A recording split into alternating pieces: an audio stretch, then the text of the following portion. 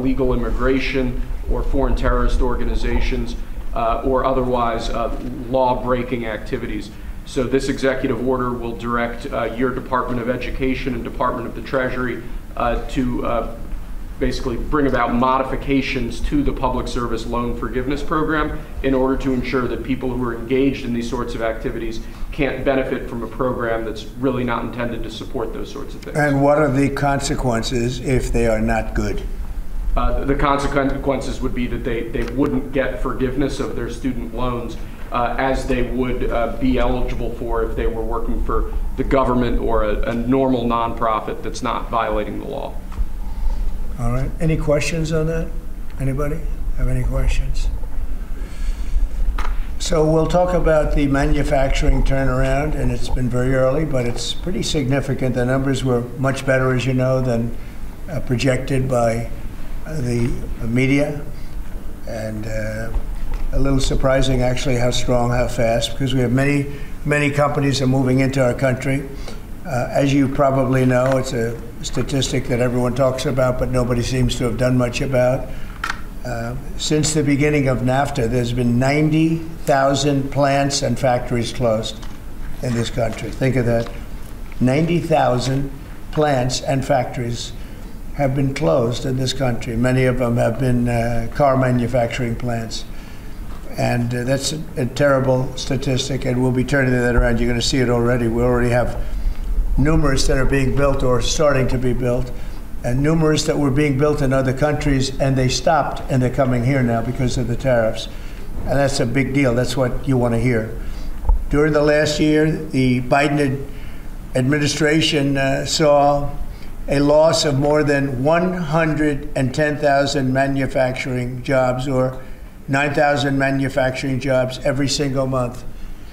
It averaged about 9,000 a month, 110,000 manufacturing jobs. During the first full month in office, we've not only stopped that manufacturing collapse, but we've begun to rapidly reverse it and get major gains. We created 10,000 manufacturing jobs in February alone. That hasn't happened in a long time. And these aren't government jobs, which actually we cut. These are private sector manufacturing jobs. So we gained all of those jobs, 10,000 jobs, and we barely started yet. That's a very unusual number. People are surprised by it. I'm even a little surprised. On auto jobs, we created almost 9,000 new jobs in the auto production field. And the reason for that is largely they think things are happening, so they're already geared up. In some cases, they had rooms in their plants, or they had empty plants that they were able to put into use quickly because they see, because of the tariffs, they don't want to be dealing with other places, and they don't want to go back and forth and around and through the borders and across Mexico border and Canada border and all of, they want to have the jobs in one location. And they've had space, and if they had space, they were able to create the jobs almost immediately. In some cases, they'll be building plants to take care of those jobs. So we created 9,000 new jobs already in the auto production, auto parts manufacturing. So we want the auto parts ideally, and I think from a simplicity standpoint too, to be built and made in the United States. It's in a single month. That all took place in a single month, 9,000 new auto jobs. You haven't heard that in a long time. After auto workers lost more than 27,000 auto jobs in the final year of Biden. These are also high-paying jobs. These are very prime jobs. The ISM Manufacturing Survey and the S&P Manufacturing Survey have also confirmed that our administration is presiding over a brand new domestic manufacturing boom after major collapse under Biden. It was a collapse. All he did is keep adding new government jobs, which are not the jobs you want. We're trying to shrink government and grow the private sector. That's what we've been doing. Under the final 2 years of Biden, 1 in every 4 jobs created in America was a government job. That's a tremendous percentage. But under the first full month of President Trump, which we haven't even gotten started yet, an incredible 93% of all job gains were in the private sector. So that statistic just came out. Big gains for native-born Americans. For the first time in 15 months, the job gains for native-born Americans, for American people, people born in America, exceeded job gains for migrant and foreign-born workers. This is the first time that's happened in more than 15 months.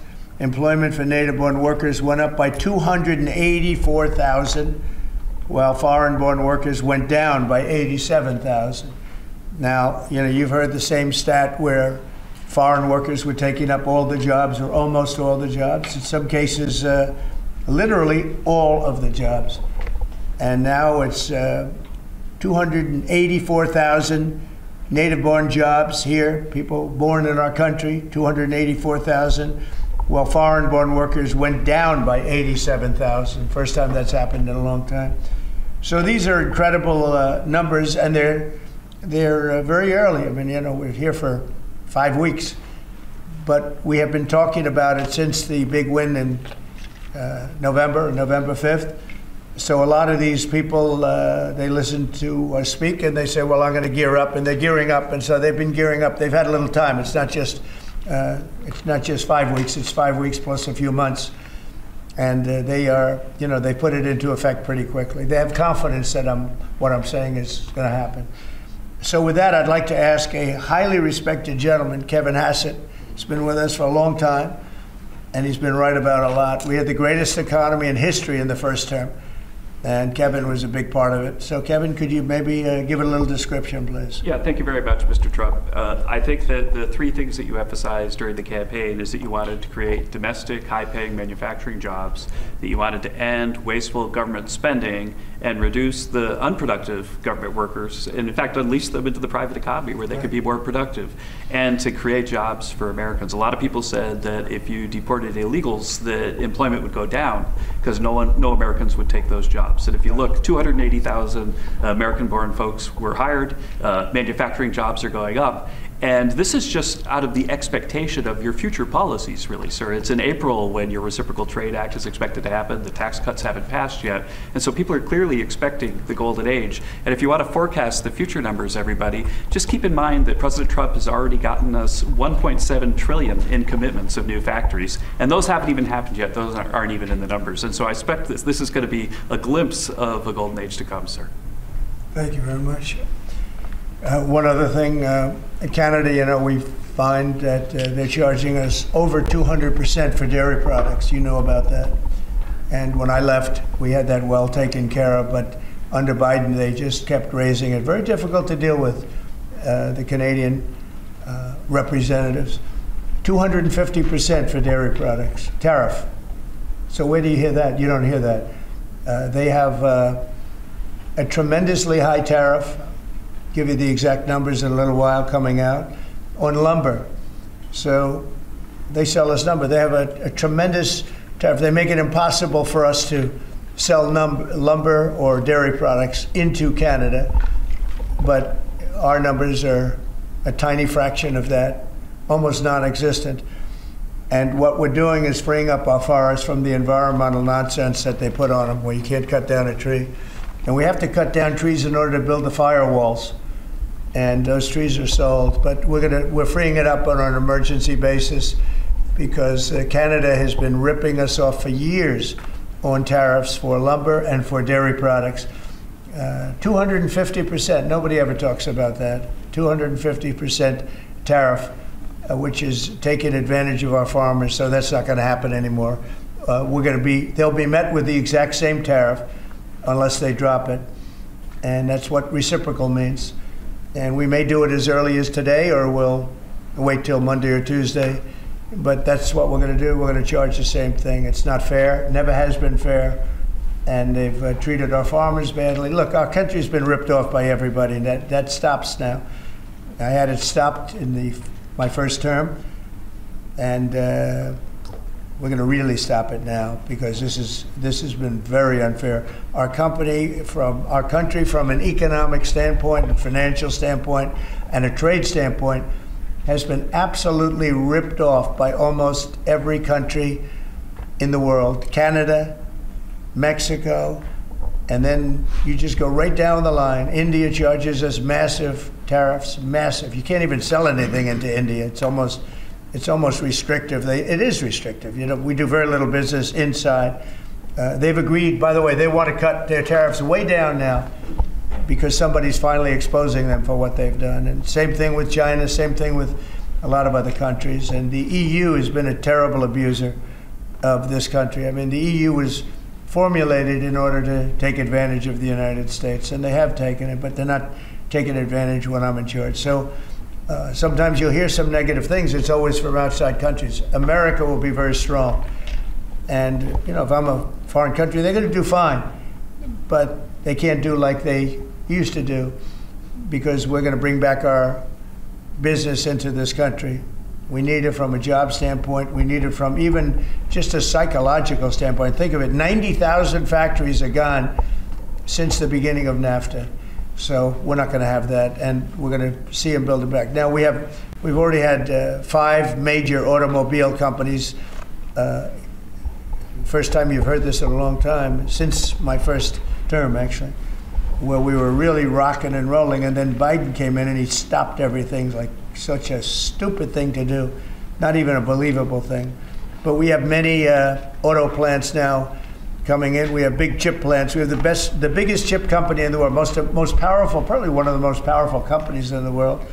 Wouldn't you say, Kevin? And he's coming in, and they're building one of the largest chip plants in the world. That'll be done in Arizona, mostly in Arizona.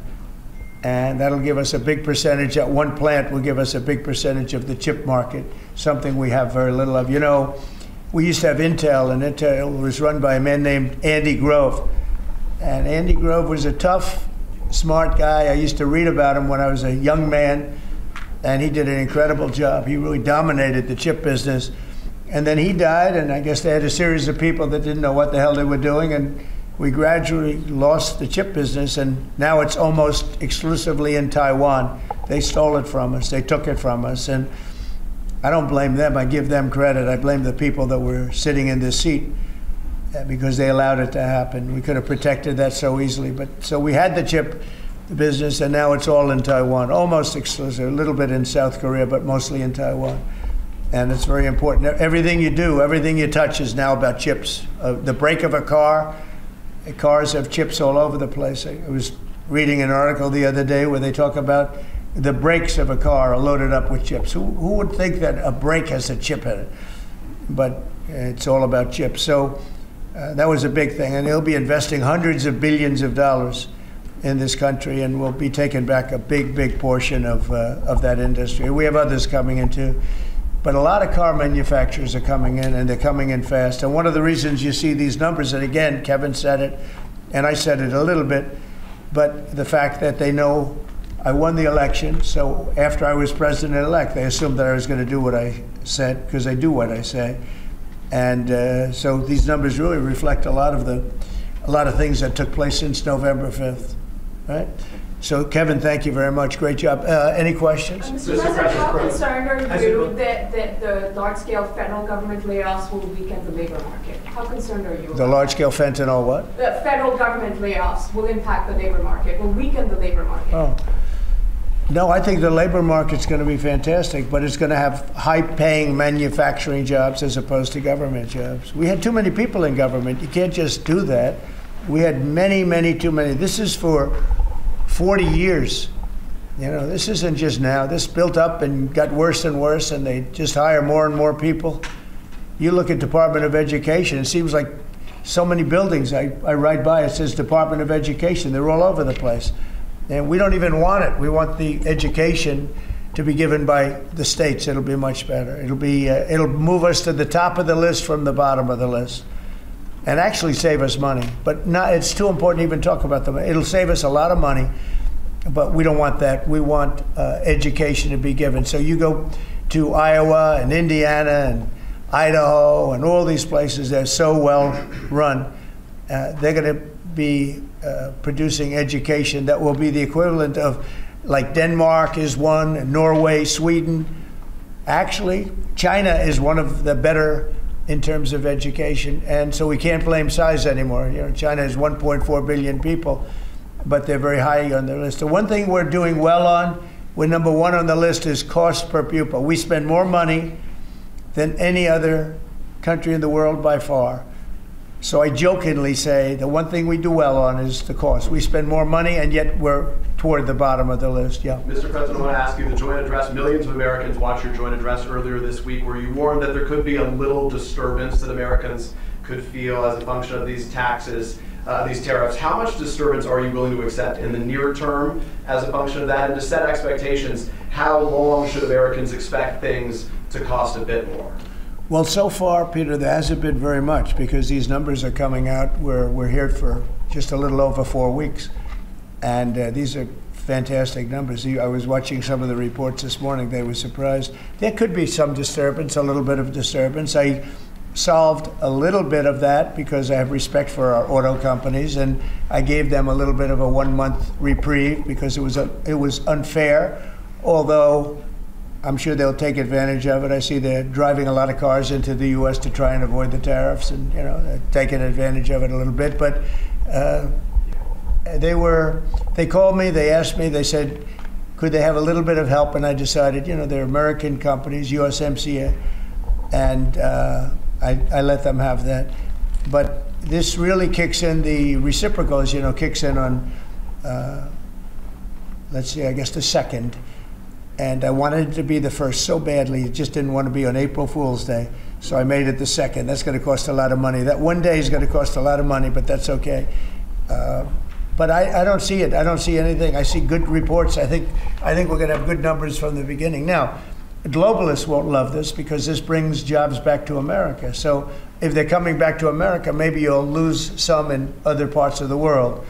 But the other parts of the world have done very well, and they'll continue to do very well. But I think the United States is going to be doing record business. We'll bring a lot of those 90,000 factories that have been lost over the last number of years. It's been, it's hard to believe. 90,000, think of what 90,000 is. 90,000 plants and factories are gone. We're going to bring back many of those plants and factories. One day the tariffs are on, the next day they're off. Right now the markets, as you know well, prefer stability. Are you done going forward with the pauses and the carve-outs? Is that it for those? There'll always be changes and adjustments, and you can't just, I could have, for instance, told the American car companies, no, I'm not going to give you anything, and then you wouldn't have had to say, well, they're getting a little extra.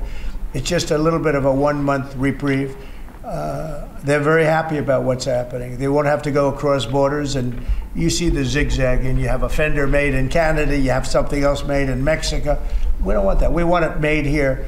But there'll always be some modifications. I mean, if you have a wall in front of you, sometimes you have to go around the wall instead of through it. But I think very little. I think very little. On occasion, if we can do something, we want to help companies. We want to help companies create jobs. So I could have left that, and you wouldn't have had a minor change.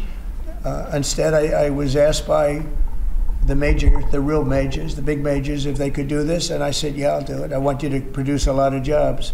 And numerous of the people, actually all of the people I spoke to have already been, they're very much on the way to already doing it. That's why you have auto jobs increase. And the man, I don't know him, Sean Fain, I don't know him, and I did great, as you know, with the auto workers, with the Teamsters, with unions. I did fantastically well, best numbers ever by a Republican. And I have a lot of respect for those people. But Sean Fain, who I don't know, but wasn't a supporter, although the auto workers were big supporters. I watched him last night, and he said Donald Trump is absolutely right on tariffs. He said what he's doing on tariffs is an incredible thing. And it's about time somebody had the guts to do it, because we're going to save auto manufacturing. And I said to people when I was campaigning, you're going to have so many auto jobs, you're not going to believe what's going to happen. We're going to load up Michigan. I won the state of Michigan, as you know. And part of the reason I won it was I got a lot of auto workers that voted for me, Detroit, etc. But I think people are going to be very surprised. Yes? Thank you, Mr. President. You mentioned in your remarks chips manufacturing, how a significant percentage is now in Taiwan. You also mentioned it in your address to Congress, and you called on Congress to overturn the CHIPS Act, which had bipartisan support in the last Congress. Why would you like to see this particular law overturned, Mr. President? Because it's hundreds of billions of dollars, and it's just a waste of money. Now, some people have already taken the money and used it. Actually, it's very hard to qualify because they go by race, they go by gender, they go by all sorts of things. Nobody's ever seen anything like it. You won't be able to find those people. So I don't even think anybody can qualify. They have so many different categories in order to qualify. You have to have so many of a certain race, a certain gender, a certain this, a certain, and I don't think they can qualify, but if they take the money, they better qualify because they'll be watching them. But it's a tremendous waste of money. I didn't give the greatest chip company in the world, one of the greatest companies, I didn't give them 10 cents. They came here because of tariffs, because they didn't want to pay the tariffs. And they also came here because they like the results of the election, because they know that I'm very pro-business and pro-jobs. I mean, I'm pro-business, not for business sake. I'm pro-business because of jobs, because business is producing the jobs. Okay? Considering on Russia, if I may, President Putin is bombing Ukraine. Yeah. Do you still believe him when he tells you that he wants peace? Yeah, no, I believe him. I believe him. I think we're doing very well with Russia. But right now they're bombing the hell out of Ukraine, and I'm finding it more difficult, frankly, to deal with Ukraine. And they don't have the cards. They don't have the cards. As you know, we're meeting in Saudi Arabia on sometime next week, early. And we're talking, I find that in terms of getting a final settlement, it may be easier dealing with Russia, which is surprising because they have all the cards. I mean, they're bombing the hell out of them right now. And I put a statement in, a very strong statement. Can't do that. You can't do that. Mr. President, we're trying to help them. And Ukraine has to get on the ball and get a job done. Michael, could you come up here? I see Michael back there. Good, I'm glad. He's traveling all over the world. I just saw him come in the door. Yeah, could you give a little definition of what's going on, please? Sure. Well, the president has been crystal clear, and he's been clear to all sides. The fighting has to stop. Both sides need to get to the table. We had a good engagement. Both leaders have said only President Trump could do so, and only he has been able to do so. We had an initial engagement with the Russians. The Ukrainians had a great opportunity to bind our economies together through that mineral deal. Unfortunately, that didn't go so well, but we think we're going to get things back on track. Secretary Rubio, myself and the Ukrainian delegation will be meeting in Saudi Arabia next week to get these talks back on track, get a ceasefire in place, and drive peace home under President Trump's leadership. You put out I think both parties want to settle. I think if I wasn't president, this war would have had no chance of settlement, zero chance. But I think we're going to get it settled and stopped. We got to stop. They're losing on average 2,000 soldiers a week. That's a lot of soldiers. Do you agree, Peter? It's a lot of soldiers on both sides, I agree. Do you, Mr. President, think that Vladimir Putin is taking advantage of the U.S. pause right now on intelligence and military aid to Ukraine? No, I actually think he's doing what anybody else would do. I think he wants to get it stopped and settled, and I think he's hitting them harder than he's been hitting them. And I think probably anybody in that position would be doing that right now.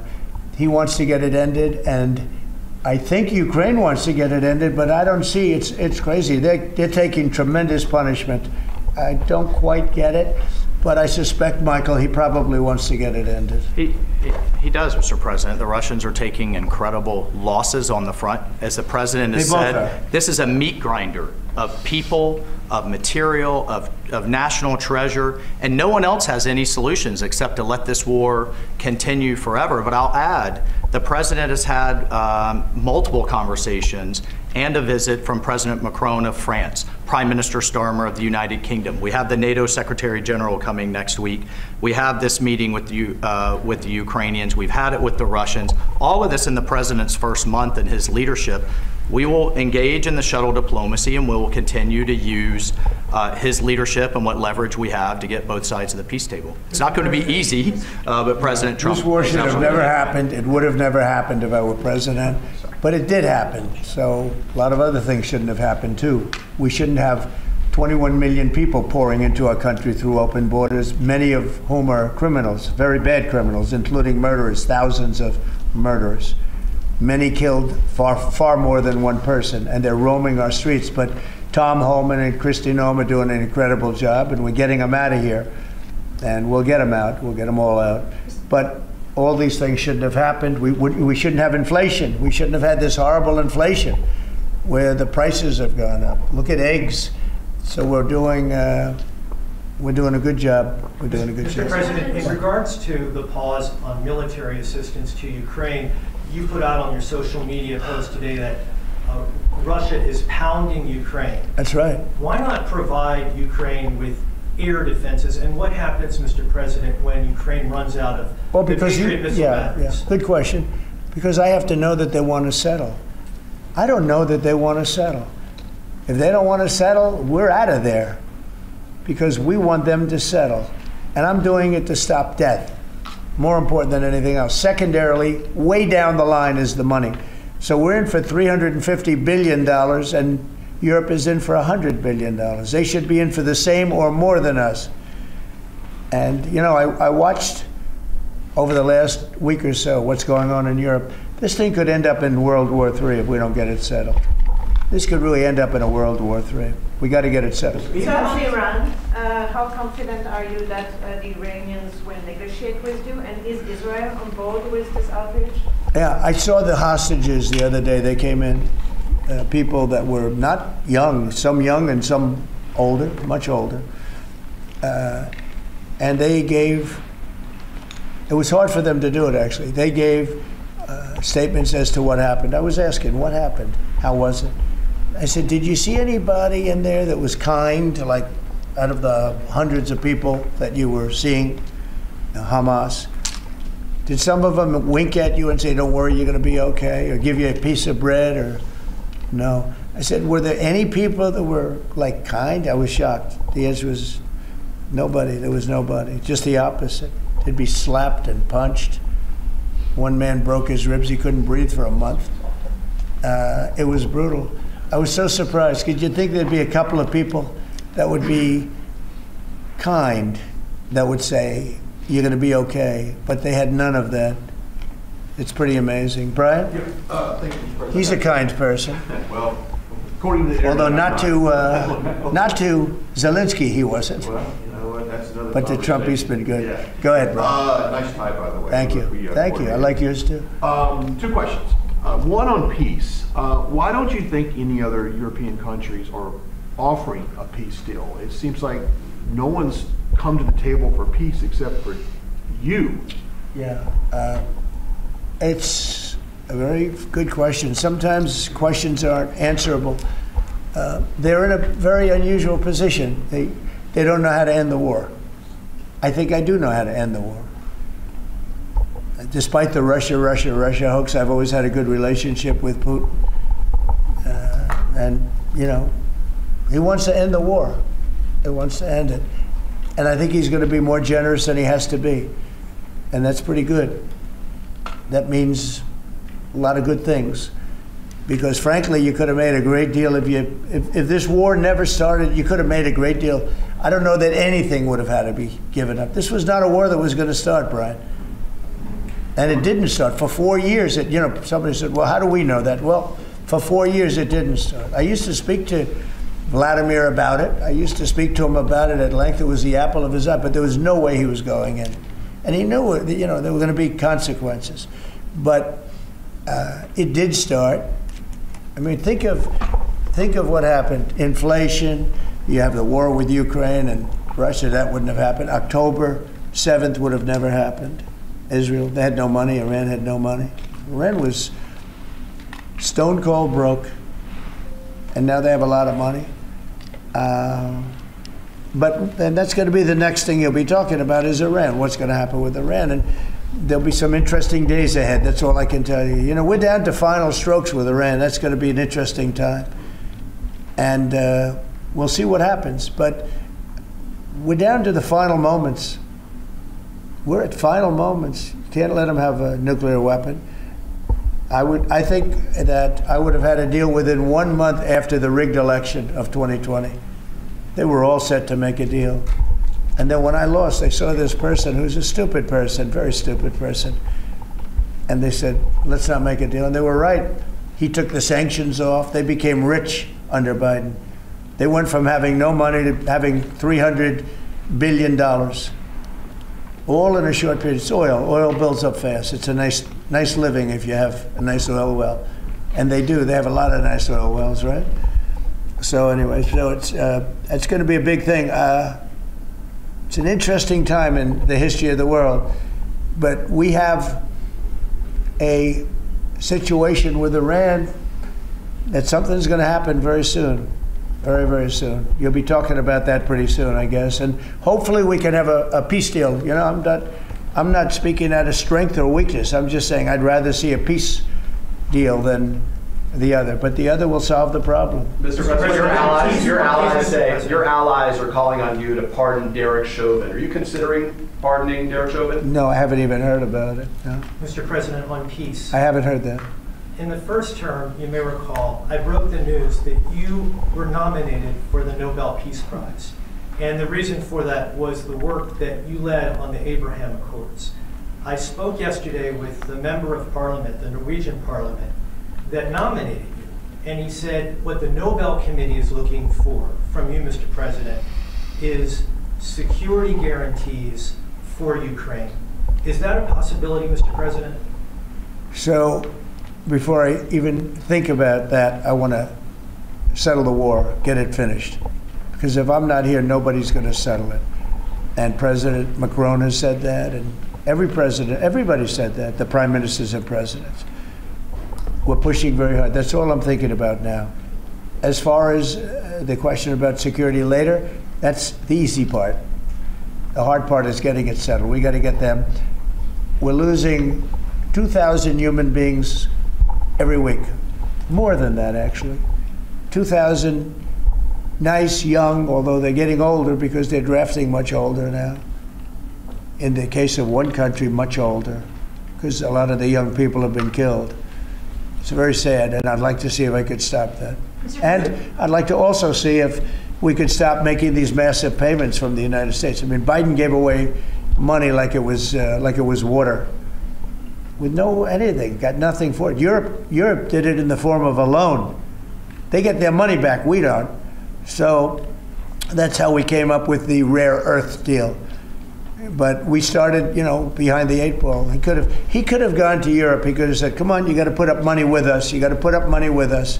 But he never did that. They just kept handing money out because he was grossly incompetent. All right, thank you very much, everybody. Thank you.